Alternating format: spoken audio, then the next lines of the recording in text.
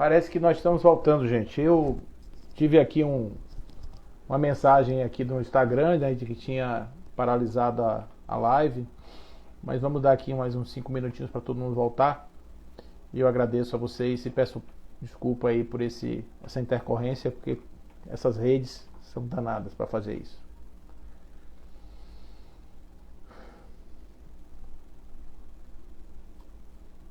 Bom, gente, então vamos continuando aqui, não é?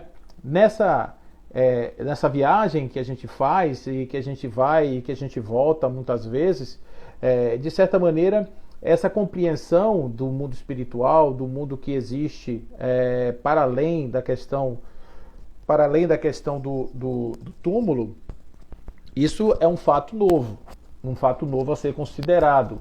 Por que isso é importante, conforme assim Allan Kardec vai nos ensinar? É importante pelo seguinte, porque se você considera a ideia de que a vida é finita, você passa a dar mais valor ao dia. Você passa a dar mais valor à vida presente. E mais ainda, se você considera que no porvir, no pós-vida, existe a possibilidade de você ser hoje aquele que planta o amanhã, que constrói o amanhã, melhor ainda, porque você passa a ter uma possibilidade real de compreender o que você faz hoje com mais cuidado, você ter mais cuidado com o seu fazer. Você passa a ter mais cuidado com o outro, com as suas construções, com os seus valores, com aquilo que você desenvolve de repente como atividades na sua vida. Então tudo vai ser diferente a partir da perspectiva de que a vida é finita, a vida tem um limite, a vida tem uma possibilidade de encerrar-se, que a gente não sabe como, graças a Deus a gente não sabe como o nosso doutor também não sabia quando é que seria o seu dia. Então, a partir daí, a gente começa a ver que existe sim a necessidade da gente falar sobre isso de forma mais aberta, não como tabu, mas como realidade. Preparar-se para isso, no sentido mais pleno dessa configuração, dessa situação. A doutora Elizabeth Kubler-Ross, ela faz um trabalho belíssimo, e o seu trabalho começa quase que por acaso. Ela vai desenvolver um trabalho na faculdade, na verdade foi parar na psiquiatria porque foi por causa do marido. Porque o marido ganhou uma promoção, o marido foi estudar numa área onde havia a possibilidade daquele casal ter um pouco mais de recursos financeiros. E como ela acompanhava o marido, a única coisa que sobrou para ela foi a psiquiatria. E lá na área da psiquiatria ela vai desenvolver um estudo através de um professor seu nessa área da morte, do morrer. Ela vai acompanhar pacientes terminais durante mais de 30 anos e nessa condição dos pacientes terminais ela vai aperfeiçoar, digamos assim, o seu olhar sobre a morte. Ela vai trazer, inclusive, para si mesma esse processo, porque ela tem várias fases na sua vida. Ela tem uma primeira fase, quando ela ainda era jovem, ela era muito disruptiva, ela era muito derrompante, ela era uma mulher muito vigorosa, uma mulher muito forte psiquicamente falando, emocionalmente falando, ela era muito forte. E aí o que aconteceu? Ela, nessa segunda fase, ela vai ser assim, aquela que se constrói, aquela que vai em busca de sua profissão, que vai se elaborar, levando essas características. Depois ela tem essa fase das pesquisas da morte, depois ela tem uma outra fase, que é a fase dos aidéticos, né? E desse intermédio aí, existe uma fase interessante que ela sai do modelo materialista para o modelo espiritualista. Ela começa a desenvolver experiências místicas, experiências espirituais, inclusive mediúnicas, onde ela vai ter contato com espíritos. E aí amplia muito a perspectiva da vida dela sobre o morrer, porque ela vai falar sobre a vida depois da vida. Ela vai trazer, né? Ela traz um livro chamado Viva Agora e Depois da Morte, ou Viva Agora Depois da Vida, onde você começa a realmente entender que ela tem essa perspectiva do continuar. Mas o mais interessante é que ela traz uma perspectiva do devir, ou seja, do agora. O agora, como é que você enfrenta esse momento da morte? De que maneira você faz? Com crianças, por exemplo, ela diz, você deve falar abertamente sobre isso. Não deve esconder, porque as crianças sabem, inclusive de forma intuitiva talvez, elas conhecem mais da sua situação do que os adultos. elas entendem o seu momento, aquilo que eles estão vivendo, principalmente quando eles são os pacientes terminais. Então são muitos ensinamentos que Kübler-Ross trouxe, e muitas escolas, hoje a tanatologia, os cuidados paliativos, que são exatamente voltados para esse momento do morrer. Isso acontece quando a pessoa está numa condição já que ela não produz mais, ela já está naquela condição finita. E aí é quase que uma coisa inevitável mesmo. Vamos encarar isso agora nessa fase final, e para quem está viajando e não se preparou antes, deve ser bem angustiante. E na verdade que eu já presenciei muitos que participavam dessa viagem sem o devido preparo e tiveram dificuldade em vivenciar e experimentar esse seu momento. Então, o que nos traz a doutrina espírita é uma perspectiva de enxergarmos a novela toda, enxergarmos os capítulos, enxergarmos os cenários, enxergarmos as cenas pós-créditos, enxergarmos tudo. E compreendermos que o roteiro é aquele roteiro que uma novela que é igual para todo mundo, só mudam assim as falas, mudam os cenários, mas o final é igual para todos, porque o final é a perfectude, né? E o início é igual também. Se fosse um teatro, como é que seria? Entrariam aqueles pacientes sombrios, aqueles atores sombrios, tristes, aqueles que ficam olhando assim as coisas sem entender nada, são os ignorantes, os simples. E à medida em que vão se desenvolvendo os esquetes dessa peça de teatro, os roteiros vão dando curso à história, de repente eles vão levantando a cabeça, vai surgindo uma réstia de luz, um pingo de luz que vai aparecendo aqui e acolá e vai trazendo para eles possibilidades deles irem compreendendo coisas mais além. E aí de repente vem o momento do ocaso. O momento do ocaso é aquele momento em que ele se despede dos seus entes e tal, e ele parte, ainda ignorante, ele parte para uma outra jornada. Nessa parte da peça, amplia a sua visão e ele pode olhar um pouco para trás e ver o que deixou, o que não fez, o que o levou, o que o feriu, o que o machucou, o que ele está carregando de forma negativa para o além. Então ele começa a fazer reflexões. E nesse processo da reflexão ele planeja uma nova encarnação, que isso também é uma beleza, essa coisa da encarnação. Ele planeja uma encarnação e volta. E aí ele volta de novo, como aquele que começa novamente, agora ele já tem um pouco mais de conhecimento, ele vai se ampliando, e no final é a perfeição. É a perfeição que nos reserva a todos. Então, para isso tem que ter a etapa, porque o personagem ele fica estacionado muitas vezes no ego e ele não consegue progredir, ele não consegue vislumbrar certas coisas. Então, ele tem que mudar a perspectiva, ele tem que voltar numa outra. Ele era o masculino, agora volta no feminino. Ele era o rico, agora volta no pobre. Ele era o poderoso, agora volta no humilde, no simples, no pequeno, no mais fraquinho. Então, a partir daí, ele tem todas essas possibilidades de ser futucado, ser estimulado a aprender, a desenvolver, até chegar nesse momento que é o momento da perfeição. E é por esse motivo que nós devemos falar sobre a morte de maneira muito franca. Muito franca. O que é a morte? A morte é uma passagem. A morte é uma virada. A morte é uma curva que se dobra na estrada. Não é um afastar-se, mas ao mesmo tempo o é. Porque quem morre não é o espírito. Quem morre é um personagem. Esse personagem deixa saudade, as pessoas choram porque se apegaram a ele. Se apegaram às pessoas que eram aqueles espíritos, mas que naquela representação tinha suas virtudes, seus defeitos e sua característica que o identificava particularmente. Agora mais não. Agora ele já é um ser mais integrado, com vidas passadas, com outras possibilidades que ele adquiriu. Então isso tudo faz com que a gente tenha uma compreensão alargada sobre o processo do morrer. Então Allan Kardec, falando sobre essa questão da morte, ele fala sobre finitude, por exemplo. E ele diz assim, a finitude é quando ele começa a questionar se nós temos algo definido já em termos de vida, em termos de morte. Ele começa a fazer essas perguntas. E as respostas dos espíritos são interessantes, porque eles dizem não existe nada definido, não existe nada escrito assim, vai ser assim desse jeito. Agora, porém, existe uma coisa que é para todos muito parecida. A situação de que todos chegamos aqui já com uma espécie de tempo de vida e uma espécie de gênero de partida.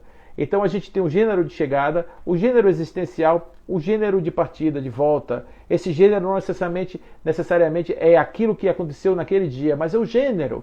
É uma morte violenta, é uma coisa abrupta, é uma coisa inesperada, é uma coisa por doença, é uma coisa desgastante. São desses temas que se serve a chamada determinação da vida ou do final da vida. E outra coisa também importante é a questão da carga de tempo, né? Nós viemos passar aqui um tempo e ficamos aqui o tempo necessário para cumprir nossas missões. E é por isso que é importante compreender a finitude, porque a finitude nos dá essa ideia da premência do tempo. Então, chegamos aqui com que propósito? Chegamos aqui com o propósito de melhorar, de aprender, desenvolver faculdades. Nós não podemos ficar sentados simplesmente observando ou fruindo como se isso não existisse. Olha o prejuízo enorme que causamos na humanidade quando negamos que essa janela de tempo tem uma finalidade evolutiva, que os seres estão aqui para crescer, para o porvir. Então, se nós negamos isso, as pessoas não ligam para isso, simplesmente vão se distrair com externalidades como cor, gênero, linguagem, etnias, etc., que são distrações do homem moderno, mas são distrações que impedem, muitas vezes, que ele faça reflexões profundas sobre aquilo que ele está vivendo e apresse o seu passo no rumo do desenvolvimento. Então, infelizmente, quando se tira a perspectiva de se compreender o ser espiritual, este ser que é sócio, psíquico para a grande maioria, mas que também é espiritual para a outra grande maioria, este ser completo, integral, este ser precisa ser conhecido, integrado nas suas diversas fases, compreender a vida, dos seus ciclos, etc., e compreender também o fenômeno da morte, por que não? E é assim que a gente vai começar a desenvolver a possibilidade de levarmos para as escolas, por exemplo. Não se fala de sexualidade tão abertamente hoje para as crianças, por que não se fala da morte? Por que não se ensina o que significa a morte? Agora, claro, tem que tomar cuidado, porque se você levar dentro de uma perspectiva nihilista e agora no final, no depois, uma perspectiva reducionista, que diga que o ser humano é somente carne que pensa e que o que vale é o que está aqui agora, a morte não vai ter um sabor legal, a morte vai ser uma coisa dura de encarar. Mas se você diz a uma pessoa uma verdade, que é a existência da vida depois da vida, por que nós estamos falando isso, gente? Porque existem provas irrefutáveis da vida depois da vida. Provas cabais que não podem ser refutadas, apenas não podem ser aceitas por uma ciência tradicional, porque não vieram através de experimentos científicos conforme os padrões validados pela ciência. Olha aí, gente, não se pode botar um espírito no tubo de ensaio.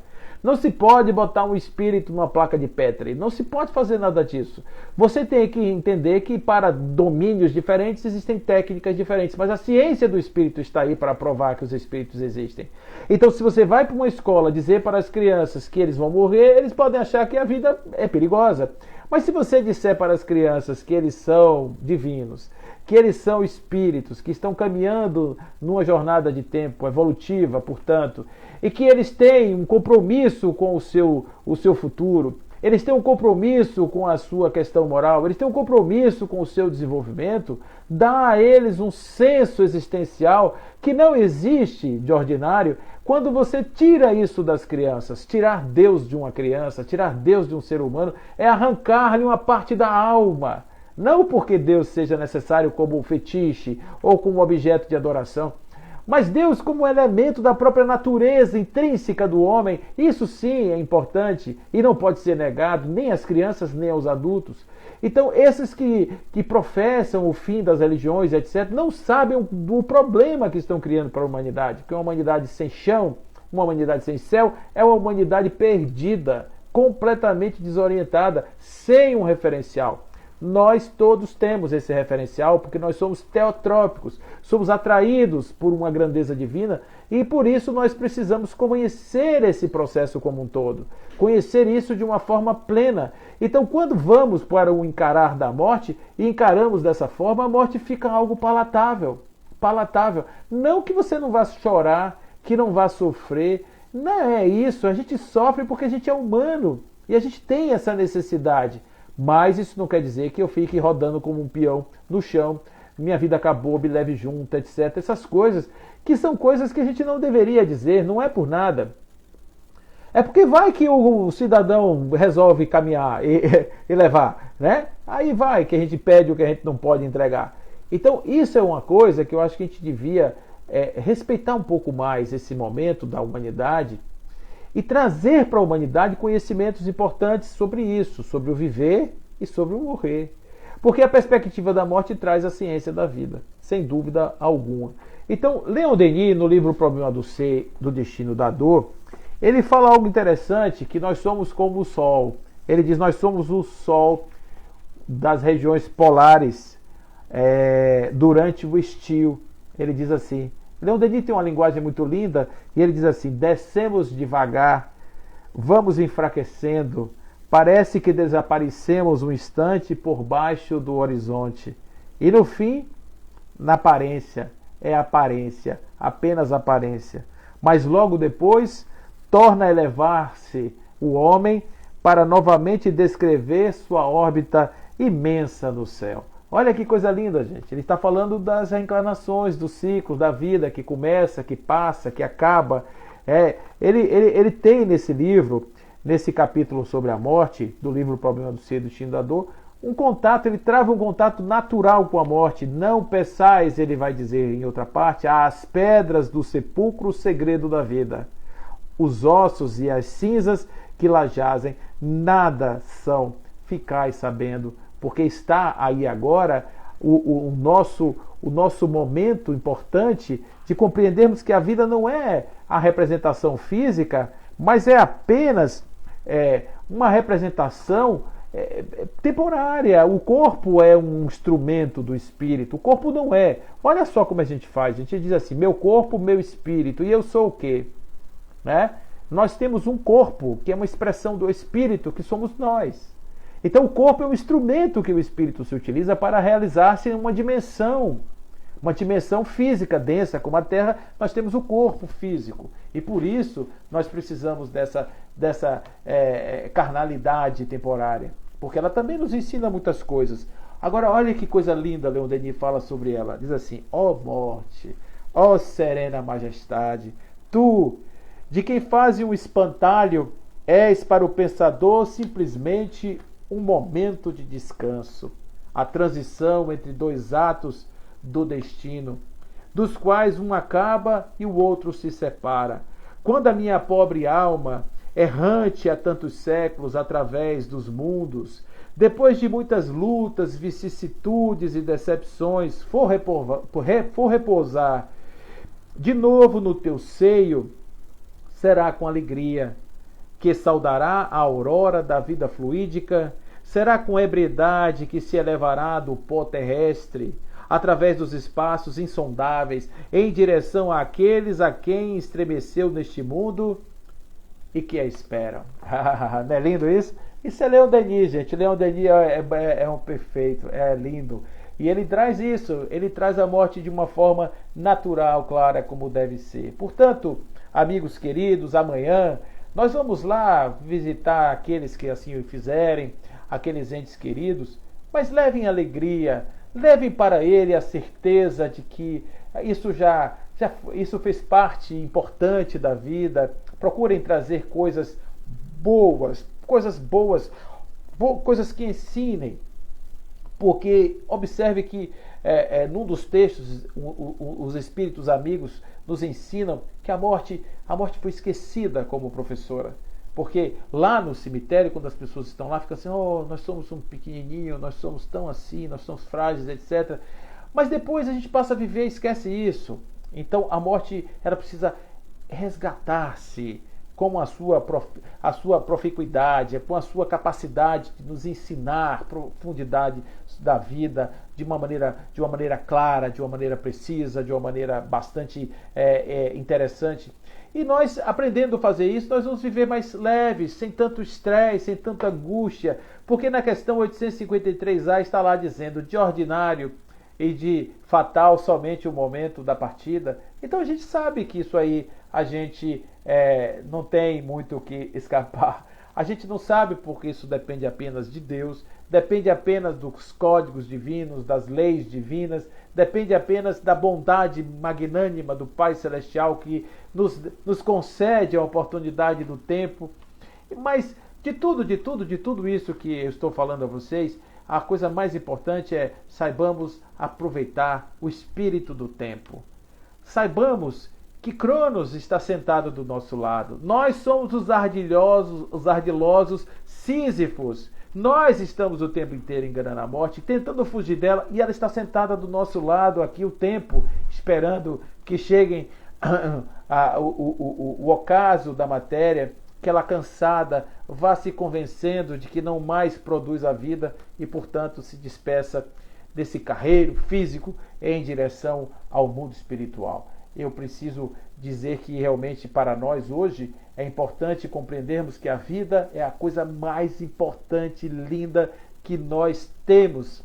É a vida, embora estejamos falando da morte, mas nós vamos falar da vida, porque a vida é esse intervalo entre um lado e o outro da existência, entre esse momento de chegada e esse momento de partida. É o momento da ação, é o momento da construção, é o momento do desenvolvimento das nossas faculdades mais maravilhosas do espírito. E, portanto, precisamos aproveitar de forma muito plena tudo isso. Abracem, peçam perdão, amem sem limites, para que nós possamos então desenvolver uma vida de tal forma que nós cheguemos, melhor dizendo, no plano espiritual com a certeza da vitória.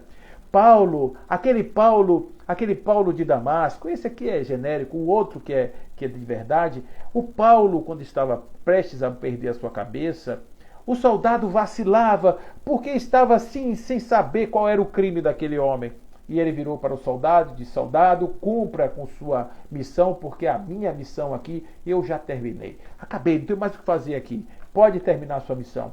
E o soldado então o fez. Depois dele estar convencido de que se ele tivesse continuado como Saulo insosso, aquele Saulo que era apagadinho, aquele Saulo que era um repetidor de fórmulas, aquele Saulo que não tinha criatividade, aquele Saulo que era paradaço no tempo e no espaço, ele não teria nunca a possibilidade de dizer isso para um homem que ele ia arrancar sua cabeça. Ele nunca ia poder dizer isso.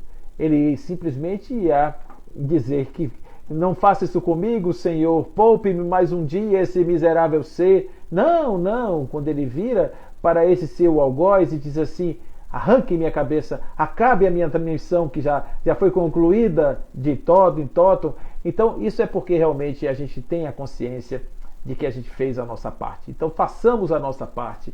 E aí esse mesmo Paulo, ele vai escrever lá em Coríntios 15, ele vai dizer assim: quando este corpo que se revestir de incorruptibilidade, quando ele se tornar incorrupto, quando ele se tornar espiritual, e o que é mortal se revestir de imortalidade, né, que é o ser na sua expressão, então se cumprirá a palavra que está escrita: a morte terá sido tragada na vitória. Então, para que nós possamos estar nessa condição dos vitoriosos, que olhamos para esse ciclo da transição de forma plena e para cima, nós precisamos compreender que nós estamos aqui para realizar sonhos do Espírito, os sonhos daquele Espírito que um dia trevoso, escuro, simples e ignorante imaginou ser Deus.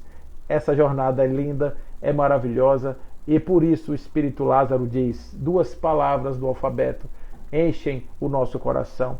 A primeira é o amor na sua lei, e a segunda é a reencarnação. A reencarnação, que é essa possibilidade de recomeçarmos, de fazer de novo, mais uma vez, melhorado, ajustando os rascunhos, fazendo ali os burilamentos, para que nós possamos nos tornar esses seres divinos de luz aqui sobre a terra. E que o Pai Celestial proteja todos aqueles que nesse instante estão se despedindo desse planeta. Aqueles que estão saindo com a tristeza de não terem concluído as suas obras, ou aqueles outros que estão se despedindo dos seus bens mais queridos, aqueles que ainda presos a essa ilusão da impermanência, aqueles que ficam simplesmente presos, achando que tudo vai ficar na sua mão para sempre. Esses seres, simplesmente, eles precisam de nossa caridade, e a caridade do Pai Celestial que desça sobre esses corações, trazendo paz, desapego, trazendo paz e liberdade para essas almas cansadas de tanto sofrer na sua ignorância. Pedimos também pelos nossos entes queridos que já se foram, para que eles encontrem sempre estradas de luz, banquetes espirituais maravilhosos, afinal de contas, aquilo que nós vamos retribuir de todo o amor que nós recebemos, ou de todas as lições também recebidas, será para eles as gotas que encherão as suas taças, através das quais eles matarão a sua sede, a sede do conhecimento e a sede do desenvolvimento. Que o Pai Celestial esteja conosco nesse instante, nos trazendo paz e luz, e que amanhã estejamos todos juntos, unidos por esse momento de finitude na Terra e, acima de tudo, em celebração da vida, porque estamos aqui para viver, realizar, construir e sonhar. Sonhemos com o Pai Celestial, que Ele nos abençoe agora e sempre, nos traga a sua paz. Que assim seja. Uma boa noite a todos, gente. Foi muito bom estar aqui com vocês. Peço desculpa por aquela interrupção que houve. Nós não dominamos essa faculdade ainda de fazer conexões internetianas com a nossa mente, mas um dia nós poderemos fazer essas conversas espirituais com os nossos pensamentos e, acima de tudo, com o nosso coração. Fique em paz nessa terra abençoada pelo sol e por Deus, e que assim seja, meus irmãos. Um abraço, até a próxima.